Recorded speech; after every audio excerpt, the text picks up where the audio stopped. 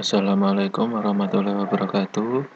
Kali ini saya akan menjelaskan materi tematik tema 8 subtema 3 kelas 4. Beberapa contoh hubungan gaya dan gerak. Yang pertama, gaya mempengaruhi benda diam menjadi bergerak.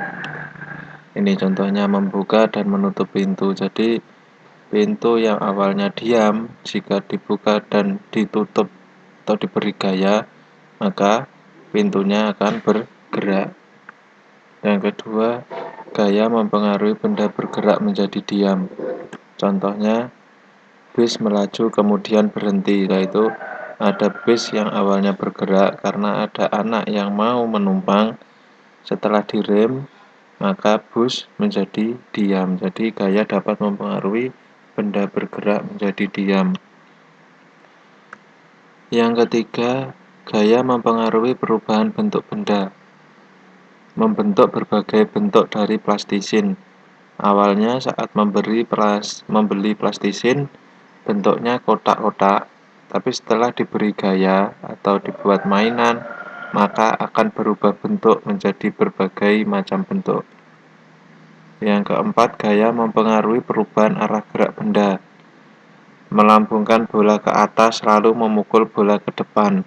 Nah, jadi pada awalnya bola dilambungkan ke atas, arahnya ke atas, lalu dipukul ke depan. Jadi setelah bola ke atas, setelah dipukul, geraknya berubah menjadi ke depan. Cerita fiksi. Apa cerita fiksi? Cerita fiksi adalah cerita rekaan. Isi cerita fiksi dibuat berdasarkan hasil olahan imajinasi atau daya pikir pengarangnya secara artistik dan inten. Jadi cerita fiksi ini adalah cerita yang kebenarannya belum tentu terjadi karena hanya sebuah imajinasi atau daya pikir dari pengarangnya. Cerita fiksi diwarnai oleh kultur. Kultur itu budaya, pengalaman batin, filosofi, religiositas, dan latar belakang pengarang lainnya. Selain itu, cerita fiksi diolah berdasarkan pandangan, tafsiran, kecerdikan, wawasan, dan penilaian pengarang terhadap berbagai peristiwa, baik peristiwa nyata maupun peristiwa hasil rekaan semata. Gambar. Gambar adalah karya seni rupa dua dimensi. Jadi, jika kalian menggambar di buku gambar itu namanya karya seni rupa dua dimensi. Karya seni rupa dua dimensi merupakan karya seni rupa yang memiliki ukuran panjang dan lebar. Jadi, kalau menggambar di kanvas atau di buku gambar, itu hanya memiliki ukuran panjangnya dan lebarnya. Objek gambar adalah benda-benda tiga dimensi. Nah, ini perbedaannya. Benda tiga dimensi adalah karya seni rupa yang memiliki panjang, lebar, dan tinggi, serta memiliki volume. Jadi perbedaannya kalau dua dimensi tadi hanya memiliki ukuran panjang dan lebar, sedangkan jika tiga dimensi mempunyai panjang, lebar, dan tinggi, serta memiliki volume. Volume itu memiliki isi, jadi di dalamnya ada isinya. Unsur volume inilah yang menjadi pembeda antara benda dua dimensi dan benda tiga dimensi. Jadi perbedaannya berada pada unsur volume. Benda tiga dimensi misalnya benda hias dan benda yang digunakan sehari-hari. Contohnya guci, meja. Nah, meja itu kan ada lebarnya, ada panjangnya, ada tinggi, kursi, lemari, lampu hias, dan lain-lain masih banyak ini. Mungkin bisa kulkas, bisa TV, itu juga benda tiga dimensi karena memiliki panjang, lebar, tinggi, serta memiliki volume. Berdasarkan pengertian karya seni tiga dimensi di atas, dapat kamu pahami adanya ciri-ciri benda tiga dimensi sebagai berikut. 1. Nah, ini ciri-cirinya mempunyai panjang, lebar, dan tinggi. Jadi ciri-ciri benda tiga dimensi yang pertama mempunyai panjang, lebar, tinggi. Yang kedua, dapat dinikmati keindahannya dari sudut pandang manapun. Nah, jadi ini bisa dilihat keindahannya dari sudut pandang manapun, mungkin dari atas, dari samping, dari depan bisa. Yang ketiga, memiliki volume. Ditinjau dari jenis bendanya, ada 3 jenis benda yang biasa dituangkan dalam gambar 3 dimensi.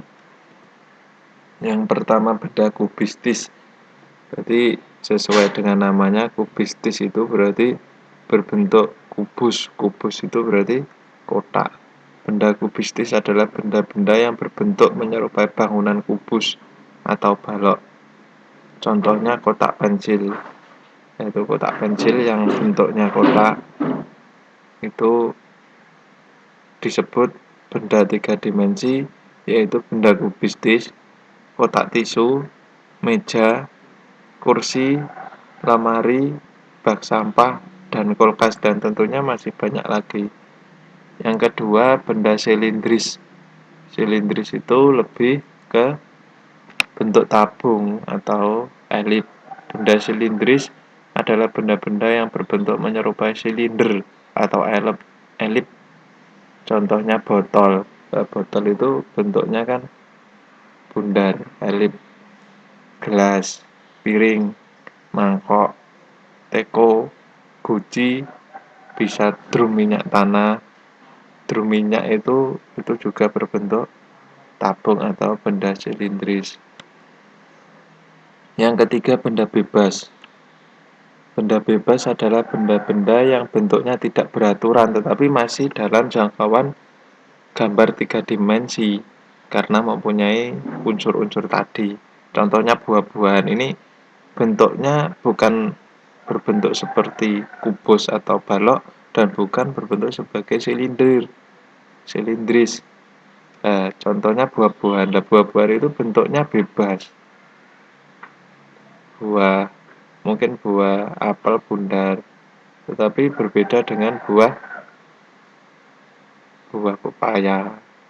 Pepohonan modelnya seperti itu, batu-batuan dan benda alam lain. Jadi bentuknya ini bebas tapi masih dalam benda 3 dimensi. Tokoh adalah orang yang menggambarkan suatu peristiwa dalam sebuah cerita yang diperankan. Jadi tokoh itu adalah orang yang berperan dalam sebuah cerita, dalam sebuah video atau sinetron, itu dinamakan tokoh. Tokoh utama adalah tokoh yang memiliki peranan penting dalam suatu cerita. Tokoh utama paling banyak diceritakan, baik sebagai pelaku kejadian maupun yang dikenai kejadian. Jadi tokoh utama itu biasanya kalau dalam sebuah sinetron atau film itu biasanya sering muncul tokoh utamanya. Biasanya mempunyai watak protagonis atau baik. Itu ciri-ciri tokoh utama. Yang kedua, tokoh tambahan atau pembantu adalah tokoh yang memiliki peranan tidak penting dalam cerita. Kehadiran tokoh pembantu sekedar menunjang tokoh utama. Jadi tokoh pembantu ini hanya sebagai pelengkap tokoh utama, hanya sebagai pembantu kehadirannya untuk menunjang tokoh utamanya tadi. Tokoh protagonis itu seperti yang saya jelaskan tadi, tokoh yang memiliki watak baik sehingga disenangi dan dikagumi pembaca atau penonton. Jadi memiliki watak yang baik tokoh protagonis itu. Ini mempunyai sifat-sifat mungkin penyabar, suka membantu, suka menolong, dan lain-lain. Yang kedua, tokoh antagonis adalah tokoh yang tidak disenangi pembaca atau penonton karena perannya tidak sesuai yang didambakan pembaca atau penonton. Tokoh antagonis ini penyebab timbulnya konflik dan ketegangan yang dialami oleh tokoh protagonis. Jadi dalam suatu cerita itu bisa dikatakan cerita itu pasti ada konfliknya. Nah, ini sebagai yang menyebabkan timbulnya konflik tersebut tokoh antagonis ini. Karakteristik Apa itu karakteristik? Karakteristik adalah karakter dan gaya hidup seseorang serta nilai-nilai yang berkembang secara teratur, sehingga tingkah laku menjadi lebih konsisten dan mudah diperhatikan. Karakteristik juga berarti ciri atau karakter secara alamiah yang melekat pada diri seseorang.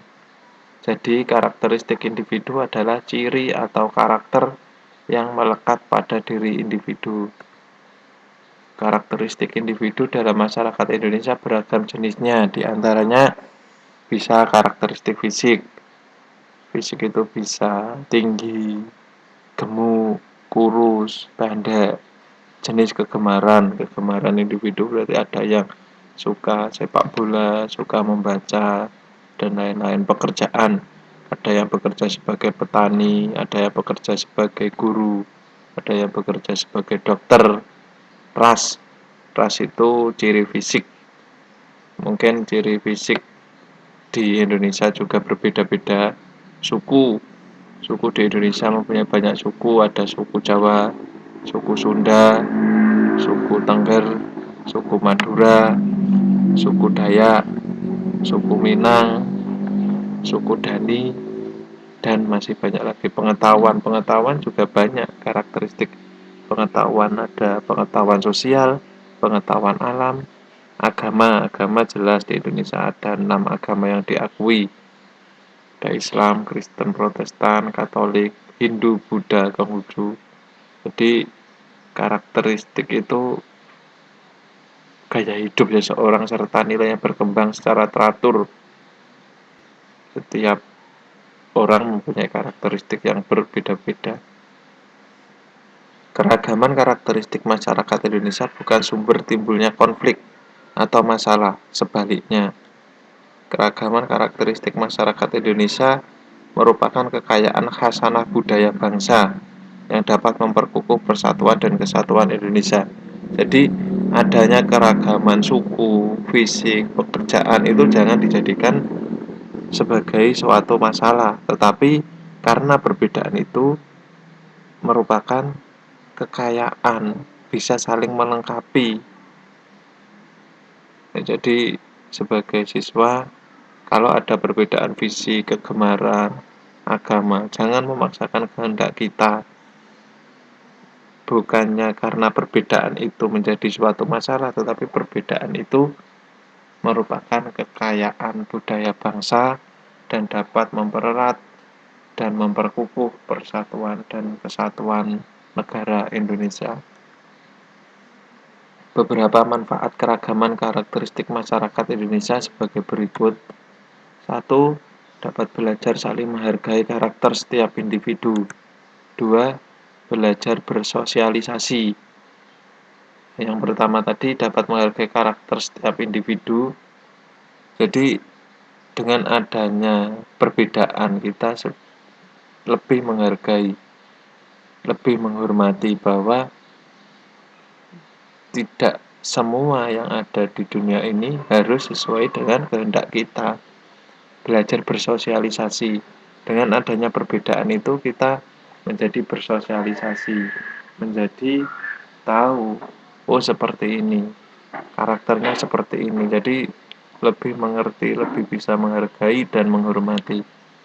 Yang ketiga, belajar toleransi. Toleransi itu saling menghargai tadi, mempunyai tenggang rasa, tidak memaksakan kehendak, saling melengkapi sesama individu. Ini contohnya, kalau ada teman yang mungkin tinggi atau pendek, jangan dibully, jangan diejek, tapi bisa saling melengkapi.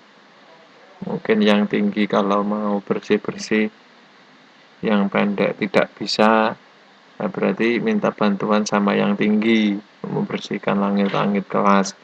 Tetapi juga tidak hanya yang tinggi saja yang berkuasa, yang pendek pun juga seperti itu.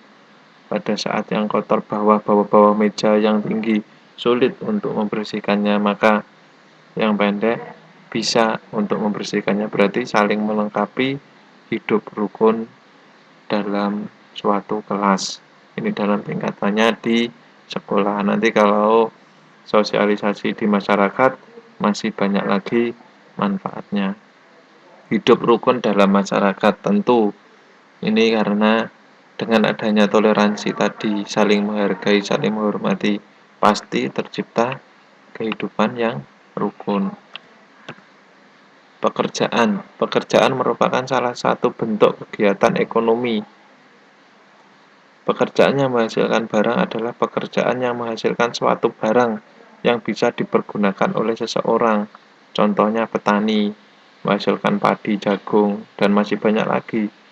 Petani bisa sayur, kacang, singkong, nelayan menghasilkan ikan, peternak menghasilkan daging, susu, wol, telur, penjual kue. Ya intinya pekerjaannya menghasilkan barang itu dia bekerja hasilnya barang. Tukang kayu itu menghasilkan. Yang kedua, pekerjaan yang menghasilkan jasa. Pekerjaan yang hasilnya bukan berupa barang, tetapi hasil pekerjaannya dapat dinikmati dan dirasakan oleh orang lain. Contohnya guru. Guru itu bekerja tidak menghasilkan barang, tetapi bisa dirasakan 5 tahun lagi, 10 tahun lagi, 20 tahun lagi untuk mencetak generasi bangsa. Dokter. Dokter tidak bisa terlihat apa yang dihasilkan, tidak menghasilkan barang, tetapi dengan adanya dokter kita semua menjadi sehat. Perawat juga seperti itu. Tukang potong rambut, polisi menjaga keamanan lingkungan, tentara menjaga keutuhan NKRI, seniman. Seniman itu tidak hanya pelukis. Kalau pelukis itu menghasilkan barang karena lukisan, tapi di sini lebih ke mungkin artis itu jadi menghibur. Jadi dia dibayar karena menghasilkan jasa. Jenis pekerjaan jasa ini dibutuhkan masyarakat luas, terutama di bidang pendidikan. Ini contohnya guru, layanan kesehatan, contohnya dokter, perawat, layanan transportasi, contohnya sopir, ketertiban dan keamanan, polisi dan tentara, serta pariwisata, mungkin pemandu wisata itu hanya menghasilkan jasa. Manfaat lain adanya keragaman karakteristik individu dalam masyarakat, terutama dalam kegiatan ekonomi, contohnya sebagai berikut. Memupuk sikap toleransi. Ini keenam, ini kembali lagi. Yang pertama, menumbuhkan sikap nasionalisme. Jadi adanya karakteristik individu, nasionalisme, rasa bangga terhadap negara itu tumbuh. Karena kita bangga mempunyai kekayaan yang begitu banyak. Yang kedua, menciptakan identitas bangsa. Jadi dengan adanya karakteristik, dengan adanya banyak suku, budaya, itu menimbulkan atau bisa menciptakan identitas bangsa. Ini loh Indonesia, seperti itu. Yang ketiga, alat pemersatu bangsa. Jadi dengan adanya perbedaan itu jangan dijadikan sebagai pemecah belah bangsa, tetapi sebagai pemersatu. Bahwa Indonesia itu kaya akan budaya, kaya akan suku, kaya akan bahasa.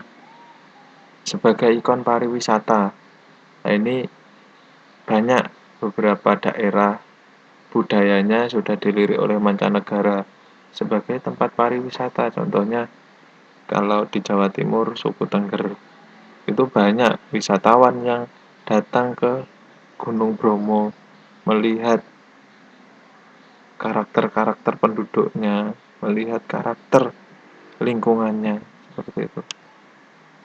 Yang kelima, menambah pendapatan nasional. Ini sudah barang tentu jika sebagai ikon pariwisata otomatis pendapatan nasional bertambah. Dan yang terakhir, yang keenam, memupuk sikap toleransi. Itu toleransi penting dari tadi. Toleransi, toleransi, toleransi. Jadi saling menghargai, saling menghormati satu sama lain. Jika ada masalah bisa didiskusikan agar tercapai keputusan yang bisa diterima oleh kedua pihak, tidak perlu memaksakan kehendak. Terima kasih, cukup sekian penjelasan kali ini.